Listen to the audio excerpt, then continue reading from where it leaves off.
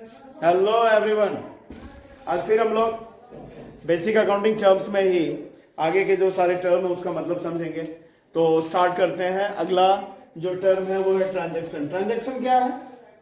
Transaction business का वो सारा एक्टिविटी जिससे बिजनेस के फाइनेंशियल पोजीशन में चेंज आ जाए, वो बिजनेस का ट्रांजैक्शन होता है। जैसे कि गुड्स परचेज करना बिजनेस में, या बिजनेस से गुड्स सेल करना, या किसी खर्च का पेमेंट कर देना, या कोई किसी तरह का इनकम होना, या कोई एसेट खरीद लेना, या कोई बिजनेस का एसेट बेच देना, ये सारा बिजनेस का ट्रांजैक्शन है। इन शॉर्ट हम कह सकते हैं कि गुड्स और सर्विसेज और कैश का दो पार्टी के बीच में जो एक्सचेंज होता है उसे हम ट्रांजैक्शन कहते हैं। ये ट्रांजैक्शन दो तरह के हो सकते हैं, एक cash transaction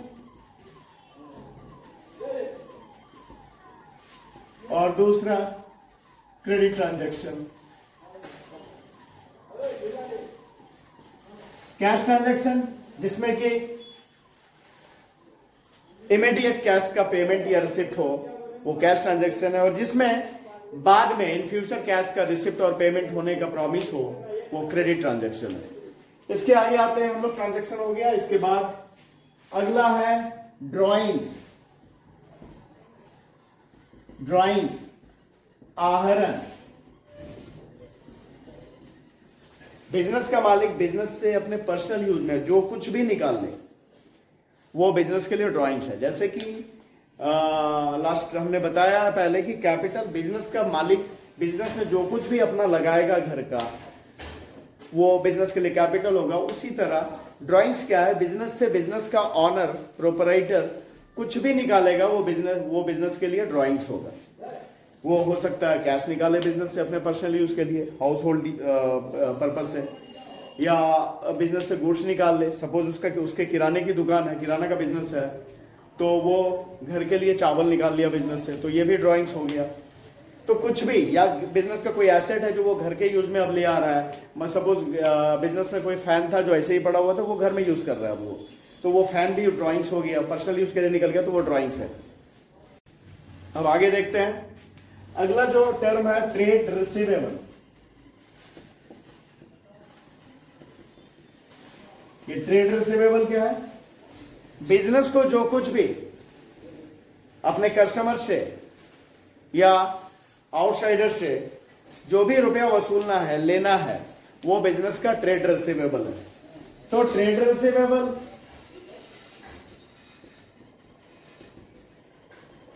is equal to debtors plus bills receivable, ये हो गया। और ट्रेड पेएबल, ट्रेड पेएबल बिल्कुल इसका उल्टा, ट्रेड पेएबल, ये क्या हो गया? बिजनेस को जो कुछ भी अपने क्रेडिटर्स को या अपने सप्लायर्स को जो भी रुपया देना है, चुकाना है, वो ट्रेड पेएबल है। तो ट्रेड पेएबल बराबर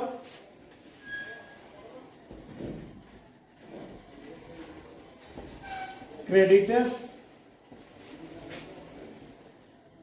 प्लस बिल्स पेएबल, ये हो गया ट्रेड रिसीवेबल और ट्रेड पेएबल। इसके आगे आते हैं। आगे का जो टर्म है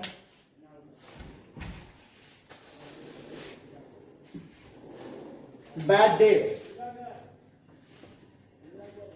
बैड डेट्स, बैड डेट्स को हिंदी में डूबा हुआ धन, डूबा हुआ धन या अप्राप्य ऋण।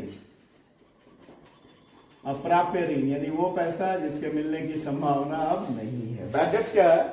बिजनेस का वो मार्केट में उधार जो पैसा नहीं मिलेगा, उसके मिलने के चांसेस बिल्कुल खत्म हो गए हैं, उसे बैड डेट्स कहते हैं। इसके आगे है डाउटफुल डेट्स।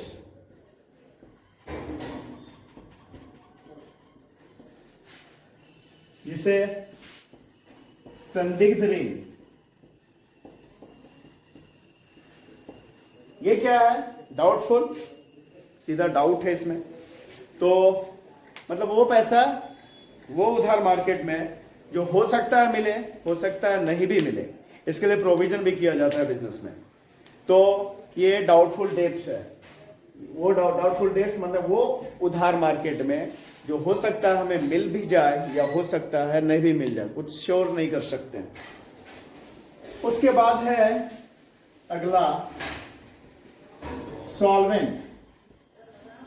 सॉल्वेंट यानी इंसान की वो स्थिति कि वो अपना सारा कर्ज लौटा सकता है, मतलब उसके पास इतना है कि वो अपना कोई भी कर्ज जो उसके ऊपर में उसको आराम से वो चुका सके, आसानी से चुका सके, उसे हम सॉल्वेंट कहते हैं।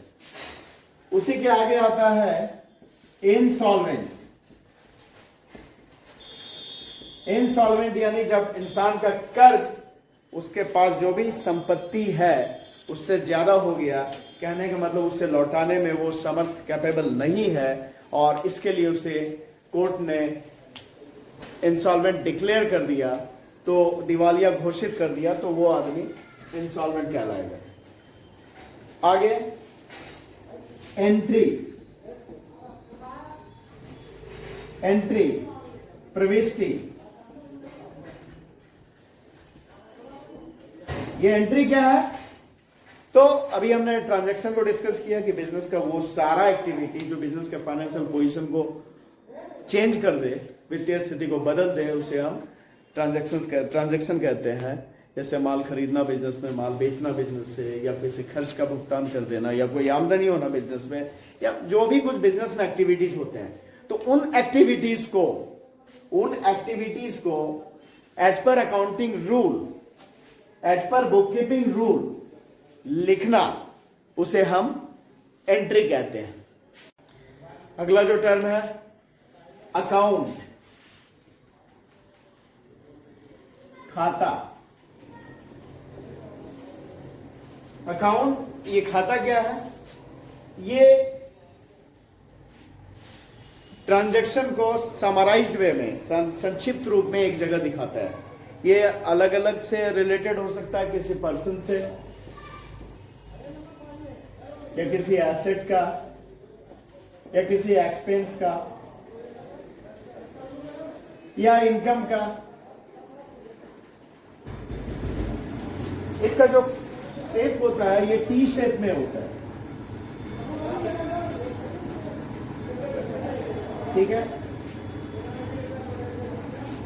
यहां पे ये लेफ्ट साइड जो है, लेफ्ट साइड को डेबिट बोलते हैं, और ये जो राइट साइड है ये क्रेडिट होता है।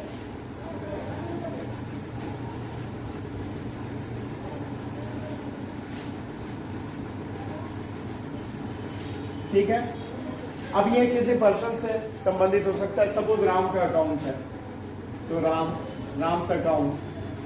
अब इसमें राम से रिलेटेड जितना भी है ट्रांजैक्शन है उसको यहां पे दिखाया जाएगा। सपोज राम से गुड्स खरीदा, ठीक है, तो गुड्स खरीदा तो इधर बाय परचेज, कितना भी खरीदा, सपोज 10,000 का खरीदा। फिर राम को रुपए दिए, तो यहां लिखेंगे टू कैश अकाउंट 8,000 रुपए, राम को रुपए दिए, तो ये इस तरफ दिखा दिए। इसी तरह ये किसी खर्च से भी रिलेटेड हो सकता है। सपोज ये सैलरी का अकाउंट है, तो यहां पे लिख देंगे सैलरी अकाउंट, ठीक है। अब सैलरी जो दिया तो कितना दिया, टू कैश, जितना दिया उसे दिखाएंगे, इस तरह से इसे दिखाएंगे। तो क्या है ये अकाउंट जो है, ये जो भी ट्रांजैक्शंस है उस ट्रांजैक्शंस का ये समराइज्ड वे में दिखाता है। मतलब ये वो जगह है जहां हर एक ट्रांजैक्शंस को संक्षिप्त रूप में दिखाया जाता है। ये किसी पर्सन से रिलेटेड हो सकता है, किसी एसेट से रिलेटेड हो सकता है, इनकम से रिलेटेड हो सकता है, एक्सपेंस से रिलेटेड हो सकता है। तो ये था हमारा बेसिक अकाउंटिंग टर्म्स पे लास्ट वीडियो। इसके आगे हम लोग नेक्स्ट चैप्टर देखेंगे। तो इस वीडियो को यहीं पे समाप्त करते हैं, और आप लोग हमारे चैनल को सब्सक्राइब करना, इस वीडियो को लाइक करना और शेयर करना बिल्कुल नहीं भूलेंगे। Thank you.